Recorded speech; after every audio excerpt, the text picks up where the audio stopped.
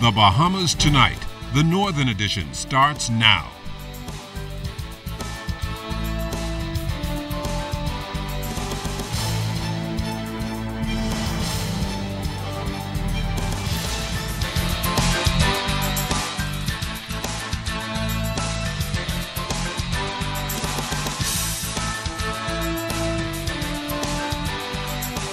This is the Bahamas Tonight, the Northern Edition. Good evening all. I'm Shashina Rule. As always, it is so great to have you with us.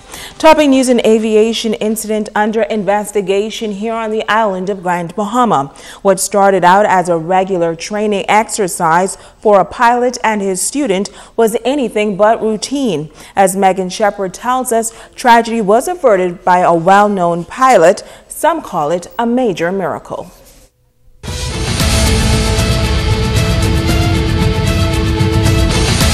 It was a close call for Captain Roosevelt Major and his student pilot Stephen Bowe. Shortly after 9 Tuesday morning, the Cessna aircraft they were traveling on encountered mechanical problems and Major was forced to ditch the plane. Police officers at the police control room received information from the air traffic control at Freeport International Airport, which suggested that an aircraft had crashed in an area just off Dover Sound.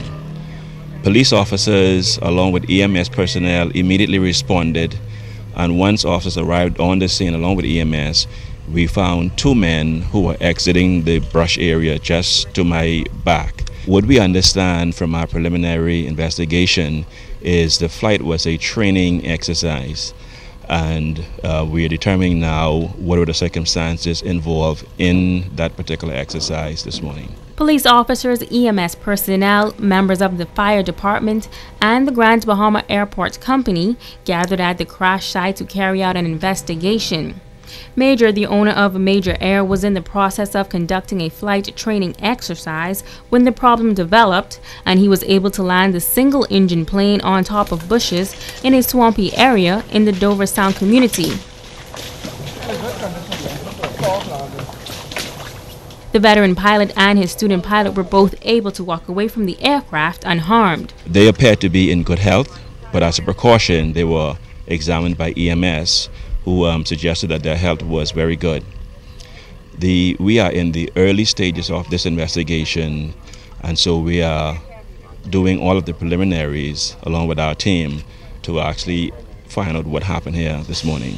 The aircraft rested some miles in the bushes and did not appear to have any major damage. Major's wife and family members soon arrived at the scene.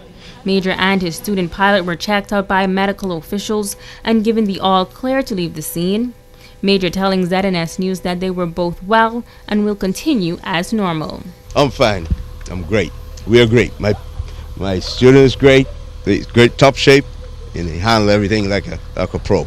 So, we're gonna carry on. Megan Shepard, ZNS Network News. Of course, that's good news there. Well, a troubling issue for one local resident, and it could have possibly been compounded if the island of Grand Bahama was faced with a hurricane. Now an appeal is going out to those responsible to have that matter addressed. Joan Davis-Roll has this report. As the threat of this latest hurricane intensified, so did the fear factor for a Grand Bahama resident. For months, Betty Robinson Stewart says she's been living in fear and trying to cope with a frustrating situation. Her concern is centered around a power pole that has her, along with other residents, on edge. The pole is broken for months now. I reported sometimes 2-3 times a week. For months I was doing that. My husband went into the place and let them know. They finally sent someone to check it. He said it's an emergency. That's about 2 or 3 weeks now. Stewart says for months her family has been living on a wing and a prayer. My guard light is on it. The bushes grow all up around. Only the trees holding the pole up. She's calling on the relevant authorities to rectify this potentially dangerous situation. I'm paying for the guard light. You can't see in my backyard because the trees all grown up on it, and you can see the pole leaning. And a whole lot of wires is on that. Other people on it's on that, I would say. And what do you want them to do?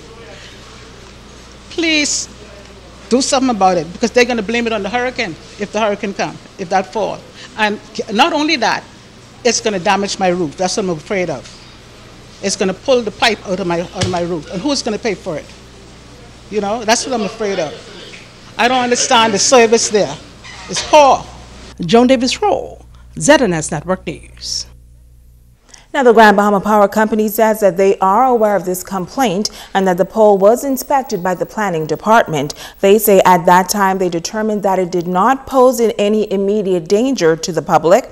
Power officials say that there is a process by which the company prioritizes such complaints once an initial assessment is conducted. They say it is through this process that work is assigned and carried out.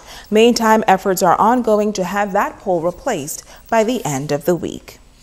Switching gears now, immigration officers foiling an alleged smuggling attempt this past Sunday. Reports say officers acting on information went to a resort near Williamstown Beach where they met 3 migrants who were reportedly making steps to be smuggled into the United States.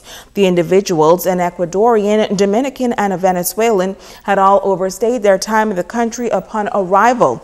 They were processed and transported to New Providence to await repatriation. Now, reports say 2 of the immigrants were recently deported from the United States and were making their way back to that country. This is the second group of migrants taken into custody here on Grand Bahama this week. And the relief drive continuing here on the island of Grand Bahama for donations for hurricane victims in the southern and central Bahamas. Residents are coming forward to give to the cause and are encouraging others to do the same. There are many volunteers on Grand Bahama who are freely giving their time to sort boxes, clothes, grocery, and organized pallets to be shipped to the islands in central and southern Bahamas. Sarah Stratton is from England, and the Bahamas is a second home to her. She's never experienced a hurricane, but has jumped at the opportunity to volunteer. On the other hand, Bahamian Denise DeGregory has been through many hurricanes and says she knows all too well what the victims of Hurricane Joaquin are going through. Awesome, actually. It's pretty overwhelming seeing all the donations come in, all the clothing, all the food, all the different supplies. It's amazing to see how everyone comes together. It's pretty amazing. It feels good. I mean, I wish I could jump on a plane and go there and help build. Don't know how to build, so this is the best thing I could do. This and pray. As a resident of Queens Cove, Raymond Simone says he knows what it is like to lose it all. I lost everything. My home was destroyed. We lost everything. And guess what? And being without water for a few days and what we experienced and all that, I remember wearing one set of clothes for a whole entire week. And you know what I mean? So I know how those in Long Island and the other islands could feel today. So I know how I felt when I was going through. And when you have experienced something, you were able to be sensitive to the needs of others. Member of Parliament for Marco City, Gregory Moss, also stopped by to drop off his contribution. He says the beauty in this exercise is people helping people. We came to be a part of Bahamians caring for Bahamians, where we could share these tough political lines, where we could share these lines that divide us, and where we could just be people caring about people. And so I'm really encouraged by that. It's amazing what's happening out here. These volunteers want to send a special message to residents in the South and the Central Bahamas. It's a lot of people trying to help, help's coming as much as they can give.